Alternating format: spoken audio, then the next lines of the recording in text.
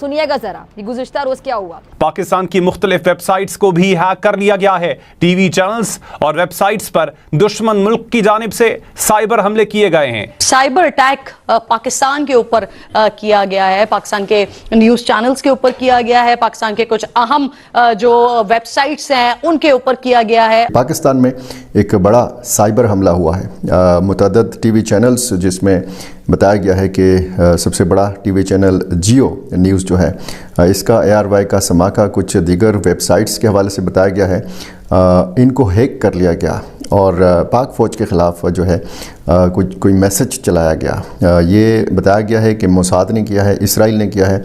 ये बहुत बड़ा वाज़ेह पैगाम है पाकिस्तान के लिए। इसराइल ने पाकिस्तान पर भी एक हमला तो कर दिया है, साइबर अटैक। जियो न्यूज़ हैक हो गया। उसके बाद कुछ ही देर में यही पैगाम जो है ARY की भी स्क्रीन पर दिखाई देता है। तो अब उसके ऊपर खबर ये मिली है कि जनाब हैकर्स का हमला हुआ है। और जियो न्यूज़ को क्यों हैक किया भाई? जियो न्यूज़ कौन सा सच्ची खबरें दे रहा था जो किसी एथिकल हैकर ने हैक कर दिया, लेकिन देखा तो पता चला ओहो ऐसे वाकई हो गया जी, जियो न्यूज़ की फटी पड़ी थी। और ये हमला किया गया पाकिस्तान के 2 सबसे बड़े चैनल्स की स्क्रीन पर। एकदम मेरी आंखों से ना बेतहाशा आंसू बहना शुरू हो जाते हैं। रो रो के मेरा बुरा हाल हो जाता है कि यार मेरी फौज कितनी अच्छी है, उसके खिलाफ इसराइली हैकर्स ने, भारतीय हैकर्स ने कितना जुल्म कर दिया है कि जियो और ARY को हैक करके फौज मुखालिफ पैगाम डाल दिया। क्योंकि ईरान के बाद पाकिस्तान को ही और पाकिस्तान फ़ौज को ही सबसे बड़ा ख़तरा समझा जाता है इसराइल की जानिब से, मोसाद की जानिब से। और जो लोगोज लगे हुए हैं या जो तहरीर वहां पर लिखी हुई है वो दुश्मनों के लोगोज हैं और उन्हीं की तरफ से वो तहरीर हैं जो उनकी एजेंसीज की तरफ से पाकिस्तान के ऊपर अटैक करने के बाद वो जुमले, वो लाइंस लिखी हुई हैं। हेलो फ्रेंड, जय हिंद। हिंदुस्तान स्पेशल न्यूज में आपका स्वागत है। दोस्तों, पाकिस्तान में रविवार को एक बेहद हैरान करने वाला और बड़ा घटनाक्रम सामने आया। पाकिस्तान के सबसे बड़े और लोकप्रिय न्यूज चैनल्स में से एक जियो न्यूज को हैकर्स ने अपना निशाना बना लिया। हैकर्स ने चैनल के प्रसारण और वेबसाइट को हैक करके लाइव टीवी पर पाकिस्तानी सेना के खिलाफ खुलेआम बगावत वाले मैसेज चला दिए।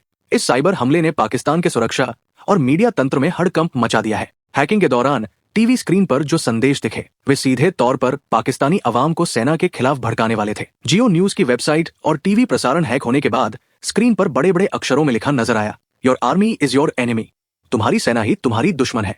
इसके बाद उर्दू में एक और कड़ा संदेश फ्लैश हुआ, तुम्हारी फौज के मखसूस हल्के ने पूरी तबाही से 2-4 कर दिया है, इसके खिलाफ खड़े हो जाओ, इसके सामने खड़े हो जाओ। यानी तुम्हारी सेना और उसके खास गुटों ने देश को पूरी तरह तबाह कर दिया है, अब इसके खिलाफ उठ खड़े हो। अब इसको लेकर पाकिस्तानी मीडिया डरी हुई है और कह रही है कि ये इसराइल के हैकर्स ने किया है, क्योंकि बेंजामिन नेतन्याहू ने बोला है कि ईरान के बाद अगला नंबर पाकिस्तान का है। ये पैगाम जियो न्यूज की वेबसाइट पर नजर आ रहा है। वेबसाइट भी हैक हुई, लेकिन ये जियो न्यूज की वेबसाइट हैक होने वाला पैगाम था।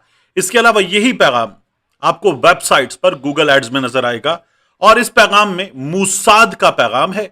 कहा यह गया है ईरान के लोगों से कि हम तो आपके सेवियर हैं, आपके ऊपर आयतुल्लाह खामनाई साहब जुल्म ढा रहे थे, डिक्टेटर की तरह मौजूद थे, एलिमिनेट किया गया है, आपको अब भी इजाजत नहीं है कि आपके यहां क्या हो रहा है बताने की, हमें बताइए, हमें तस्वीरें भेजिए, आप हमारे भाई हैं।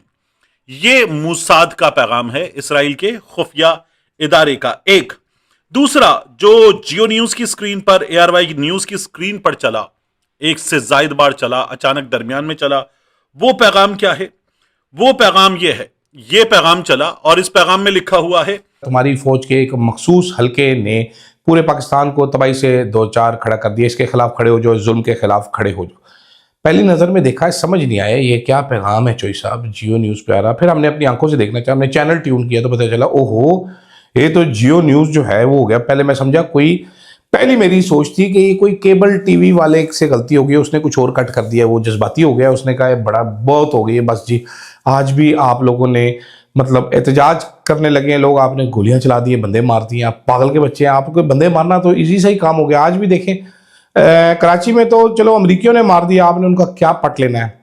पूरे पाकिस्तान में कोई बंदा ये आवाज़ उठाने के काबिल नहीं है कि जनाब अमरीकियों ने बंदे मारे हैं तो उनके ऊपर केस कर दो। कोई केस करता ही नहीं। हमारी गवर्नमेंट ने वो पी गई है और उन बेचारे 9 बंदों की शहादत को।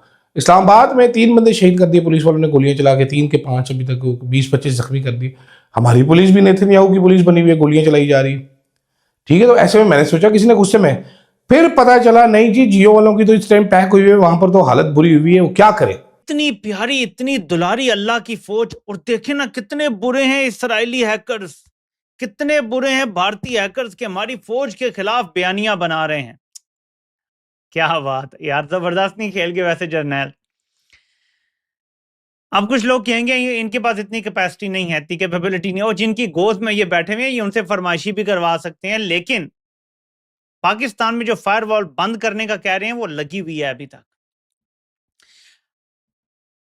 एक तो हर चीज उसके थ्रू जाती है, और कोई मुश्किल नहीं है हैक करना आजकल, बिल्कुल कोई मुश्किल नहीं है किसी भी चैनल को हैक करना, किसी सैटेलाइट फ्रीक्वेंसी को हैक करना भी कोई मुश्किल काम नहीं। और इनके पास बजट भी है, इनके पास इनके बैकर्स भी हैं जो बहुत तगड़े हैं। सो देखें, बहुत ज्यादा तनकीद हो रही है। जब से अफगानिस्तान पे हमला हुआ तो शुरू में इन्होंने माहौल बनाने की कोशिश की, लेकिन जैसे ही मामला ईरान की तरफ गया तो लोगों को समझ आ गई 2+2 हो गया, तो बहुत ज्यादा तनकीद हो रही है जर्नैलों पे। तो फिर ये प्लान बनाया गया बैठ के बंद कमरों में कि क्या किया जाए, कैसे तनकीद कम की जाए। तो उसका ये एक हिस्सा मुझे लगता है। थोड़ा सा चेक किया तो पाक सेट हमारे यहां जो चैनल्स हैं उनका लिंक ऊपर भेजा गया, वहां से नीचे आया, हेड एंड पर आया, हमारे घरों में आया। ठीक है, तो ये जो सिलसिला है, इस सिलसिले में इंक्रिप्शन होती है। तो पाक सेट जो है वो आता है सुपारको के अंडर।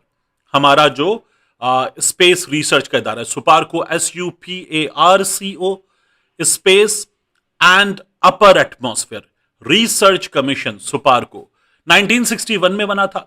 हमारे मारूफ साइंसदान डॉक्टर अब्दुल सलाम साहब, उनके विजन के तहत बना था। पाक सेट इसी के नीचे है। तो पाक सेट हमारी सैटेलाइट कम्युनिकेशन को, चैनल्स, इंटरनेट, मुख्तलिफ चीजें, इनको देखता है। तो ये उसके अंडर है।